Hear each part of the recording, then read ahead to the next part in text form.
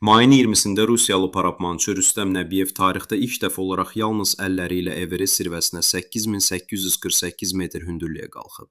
Lentas xəbər verir ki, o bu barədə öz Instagram hesabında paylaşım edib. Rüstəm Nəbiyev 2015-ci ildə Omsk şəhərində hava desant qoşunlarının təlim mərkəzində kazarmanın çökməsi nəticəsində hər iki ayağını itirib. Həmin faciə zamanı ümumilikdə 21 nəfər həyatını itirmişdi.